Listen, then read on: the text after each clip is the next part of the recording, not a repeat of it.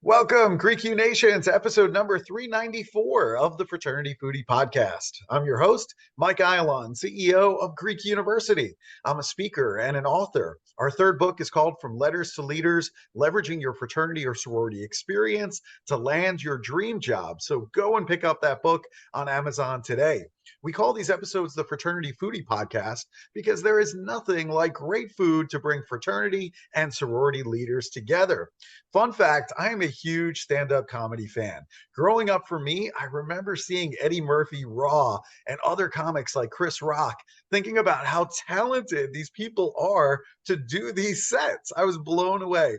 I also thought about the amount of time and practice that it took to be able to deliver their material the way that they did with full command of their content.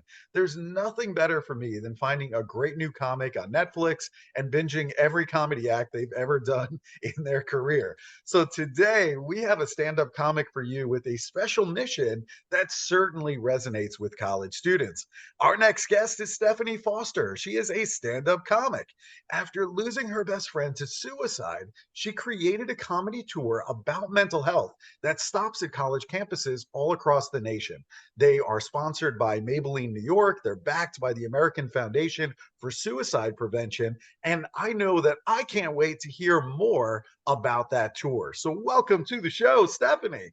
Thank you so much for having me.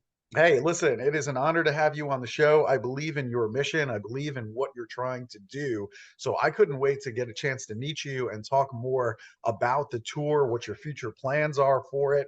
But I think it all kind of starts with your undergraduate experience. You decided on Texas Tech for your undergraduate experience. So I know our listeners are dying to know, why did you choose Texas Tech? I would say Texas Tech chose me. In the way it was like the only college I got into. Okay. But I will say once I was there, I fell absolutely in love with the place, to the point that I was like giving tours of campus while I was there, and I was helping with recruitment and all of those things. I mean, I was a super fan college student, whatever it could have been. It worked out perfectly. It was one of those universities that's like in the middle of nowhere, so no one can go anywhere ever. And you're all stuck in this place that has nothing to do. And so you make a lot of really good friends that way. So while I don't really feel like I selected it on purpose, I'm really glad that's where I ended up. Yeah. Well, listen, everything happens for a reason. It obviously was a great experience for you. So everything worked out. I mean, what more can you ask for? I mean, you're even the welcome wagon for other students coming to Texas Tech. Who knew? I know. It's really funny too, because I grew up in College Station, Yeah. and my mom works for the university there. And so just I'm the only one in my family who's ever been to Tech, and everyone else is raging Aggies. So it it had an impression. You're like the black sheep of the family. Oh God, in so many ways, you have no idea. That's like the understatement of the year. Truly. All right. So you did join a sorority there. So which organization did you choose, and what was special about the members that made you want to join? I joined Zeta Tau Alpha, so I'm a Zeta. Mhm, Um, mhm. and I chose them because they were the ones during the recruitment process that I guess like broke the fourth wall in a way. Like, they kind of put the bullshit to the side and were like, okay, this is how it really is. And we're very direct and funny and like made inappropriate jokes. And I was like, okay, these are my people. These are my people. That's great. So you got your crown at Zeta, and everything worked out well for you. That's awesome. I love it because I think you're so right. I think what we're looking for is just authenticity ultimately at the end of the day. And I think you could easily see through that. Like if you weren't getting that authentic feel from another organization, you're like, all right, this is not my place. I need to keep it moving. And then the jokes were just like the cherry on top, basically. Yeah. And I think it's important too to like, that's what was comfortable for me. Like that's what I was looking for, was directness and all of those kinds of things. And so I Mhm. love that there's so many different types of sororities, because I realize not everyone is me.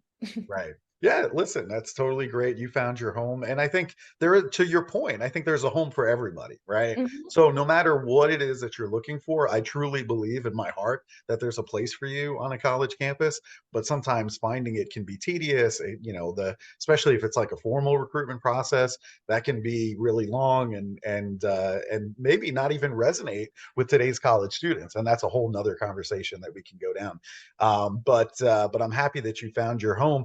Tell our audience, how did you get into stand-up comedy? Oh my gosh. It's always been a love of mine, just like you were talking about, like you love, it's easy to love stand-up comedy, right? Like Right. I've heard a comic be described as someone from the debate team that you actually want to hang out with. And I love that description, right? Because they're informed, they're educated, they have an opinion, they come in strong sometimes, but they make it palatable to the point that you'll listen even if you don't agree with the opinion. Mm. So I really got into this when Michelle Wolf did what is it called? The Correspondence Dinner. Yeah. And she just absolutely went in on that president. And I was like, that's what I want to do. I want to be able to say exactly how I feel without being censored, as long as like I've done my research and I know what I'm talking about. Yeah. Um, so that's a long story. Short story is I started in San Francisco, just kind of like going to the local shows and just seeing what the smaller kind of comics were doing. Mhm. And then I was like, hey, I would love to write with you. And they were like, no. Absolutely not. Like, "Mm." So they were like, go to an open mic like everyone else. And so I wrote a ton and I just like took a lot of confidence to start going. But I had a really intense job. I worked for Facebook. And it just was like working all of the time, and trying to go to open mics after that wasn't working. And so I ended up moving to Barcelona and started in earnest there, which is so wild. But they had a ton of comedy in English, and I was doing pretty well there. And then I came back to San Francisco for a wedding, and I won this competition. And I was the first female to ever win it. And so from there, I just started to get a ton of bookings and moved back from Barcelona. And a couple years later, quit my job at Facebook and took it on full time. Look at you leaving Facebook to do comedy. I love it. I absolutely love it. That's awesome. And obviously your story is that you lost your best friend to suicide. Yeah. Tell our audience a little bit more about your best friend, and why you decided that launching a comedy tour for college students would be the right way to kind of work through that. Yeah, I think for me, so JC was just a fire in all of the right ways. She was that woman in the sorority that everyone knew the name of, Yeah. mainly because of how loud she was. And she was definitely like one of those strong ones. She had a 4.0. She worked for a Texas senator when she passed. Like she was the absolute embodiment of a strong woman. And she struggled with her mental health. And, I know JC fought for as long and as hard as she possibly could. Mhm. And I think for me, when I lost her, it was devastating. I relapsed. I broke up with my partner at the time just because I was so scared of what grieving that close would look like. And the only thing that was healing for me was to laugh about it and joke about it. And people were like, oh, I do not want to joke about suicide. And me neither. Like, all I want to do is showcase a way that we can talk about suicide without bringing the room down, because Mhm. that seems to be one of the biggest issues, especially amongst women, of why they're not talking when they are in those low places. And so for my strategy behind it was like, okay, if I can get you to laugh and I can tell you my most embarrassing stories about dating and my conservative parents and all of these other things, And you can trust me that I'm going to tell you the truth, because why else would anyone tell those stories into a microphone out loud? So then when I talk to you about suicide, you trust me that I'm going to just be honest. And I think there's all these doom and gloom messages about suicide, and it makes it so unapproachable. It makes it so scary, so terrifying, and no one wants to touch it. But it is the second leading cause of death amongst college students, and we have to start talking about it in whatever way that looks like. And for me, I use humor. And so that's the way that I decided to approach it. Yeah, I think you and I are built very similar in that we're not afraid of having difficult conversations. Mhm. And I agree with you wholeheartedly. I think that, we can learn and we can talk about, sensitive topics and enjoy our time together all at the same time. Yep. I totally wholeheartedly agree with that. And, sometimes I look at some of the topics that, college students are, talking about, just like the speakers that are coming to their campus and some of the topics. And just a lot of it just seems to be like a lot of fluff, a lot of feel good stuff. And I'm like, Yeah. when are we going to talk about the real issues? Like Yeah. that issue is not going away just because you're going to talk about something positive. Like we all want to feel good. Like we all want a happy ending, like every single one of us, right? But at the same time, you and I and everybody listening right now, we all know there are serious problems happening on college campuses today. So when are we going to talk about that? And it's interesting too, right? Because this generation coming up, bless them, they want to talk about it. They want to address it. They want to tackle it head on. It's Right. like in these rooms, once you bring up this topic of suicide and make it not so scary and just something we can just say in the room, like, I am having suicidal thoughts, the release you see and all of the stories of people suddenly want to talk about it because they've been holding it in for so long, not knowing a place where they can be like, hey, anyone want to talk about suicide? Like, I get it. It's not easy to talk about. So I don't know. I guess I think one of the other parts of it is like right after we do the suicide talk, we do a live podcast with the entire group. And then that gives them a chance to talk, right? And we get to hear from them and like what's actually going on at your university, and not necessarily like we're not talking about suicide for 2 straight hours. That'd be miserable. Like we're also asking them what dating is like on college campuses now, and what, fraternity guys are still doing than they were doing 15 years ago. Yeah. Um, Nothing's changed. yeah, in the best way and the worst way, right? Right. So yeah, I don't know. I think it's just like about connecting, showing that it's okay to talk about it, and then like, this is what depression looks like. This is what anxiety looks like, body dysmorphia and eating disorder. Hi, I have all of them. Hate that. But the more that I say it out loud, the more people come up to me after the show and say, me too. Yeah. And there's just something that relieves the pressure off of it when you know that you're not alone in it. Yeah, well, that's a great lesson. I love that. And you got some big sponsors for your tour. You got Maybelline on board, and the American Foundation for Suicide Prevention was blessing that whole thing. How did you get all of these sponsors on board for the tour?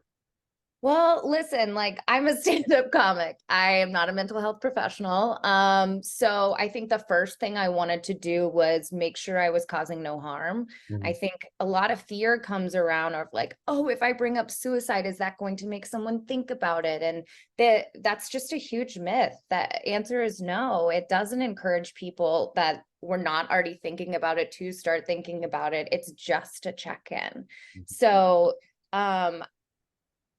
I don't know where I was going with that, but I was going somewhere with that thought. somewhere, somewhere great. Yeah. All right, so that's good. So, I mean, it's great that you got those sponsors on board. I think that's Oh, fantastic. yeah, yeah, yeah. Sponsors. Thank you for Yes, bringing yes. me back to what the actual question. Squirrel. Like, Anyways, I don't have a problem focusing. It's fine. Uh, sponsors. yes, sponsors. And like, I'm not the only one who cares about this topic. Maybelline has promised to put $1 million a year towards educating women on depression and anxiety, which is where, you know, my program comes in, and they are such a huge part of it. There's no way we could be doing it without them. Mhm. And I just stalked them Okay. on LinkedIn and just found everyone that worked in their brand and marketing department and told them what I was doing and asked if they knew who I could be connected to. And it took me over a year, but I did it. I used to Good work for in you. brand and marketing, and so I know, like, there's that want to do good, and people recognize how important that is to the consumer these days. So yeah, that's how it happened. Good for you. I love the persistence on LinkedIn. I think that's another really important lesson for our college student listeners. I think it's fantastic. I really admire that a lot. And you got some great comics to join you on the tour. How did you find all of these great comedians to hop on board with this tour around the country? So it's honestly just women I happen to perform with. No, I flew out to New York for a weekend to do some shows and met two of my comics there who I still have every single time. One is now Nick Cannon's co-host every morning on his radio show. Amazing. And it is just amazing. I think the other side of this right now is it's like so female focused. Mhm, And the comics 100% are female, 80% are comics of color, and 80% are also from the LGBTQ plus community. mhm, So I think this is creating an avenue for female comics to come up in a very male dominated place. mhm. And that feels really good too. So I think that's the other part of it. And these female comics are kind of drawn to that. There's very little in this space that's not completely dominated in the other direction. Mhm. Yeah, I like that. I saw some of those statistics on the tour website, and I was kind of blown away by it. I'm like, wow, this is really, really good. This is special. This is new, and unique. So I like that a lot. What's your advice to college students if they see, let's say, a sorority sister of theirs having difficulties with their mental health? What should they do for that sister? I would just say be direct. Ask them how they're doing and be there to help them find whatever resources they need. You know, like just like I'm not a mental health professional, neither are you. And at the end of the day, your only responsibility is you. But if you do see someone and you're noticing that difference in behavior, I think it's having the bravery to ask them directly, hey, I've noticed this. Are you okay? Are you having suicidal thoughts? That's such a hard question to ask. I know, but the more direct we can be with each other, the better. And I think the more we start with the small things, asking for help when we need it, when those big things come around, it feels a lot more comfortable and natural. Yeah, that mental health first aid certification certainly, I think, helps people and college students be able to vocalize that question. Are you having suicidal thoughts? And that's a difficult thing for a college student to say to another college student. But I 100% agree with you. Once we remove that stigma of asking that question, then suddenly we can make some real progress, especially if you're seeing something in your house with the sister. That's just huge to be able to ask that directly and Mhm. get a direct answer for that. All right. Well, listen, I love everything about it. I mean, what do you see in the future for the tour? By the way, is called Without Rhyme Nor Reason Comedy Tour. What do you see in the future for the tour? I want to expand to fraternities, which is really exciting. I think there's a really cool dynamic of a bunch of female comics coming in and making them absolutely cry laughing and then have that serious conversation. I Yeah. think right now I'm working on the content because I do think the messaging is different.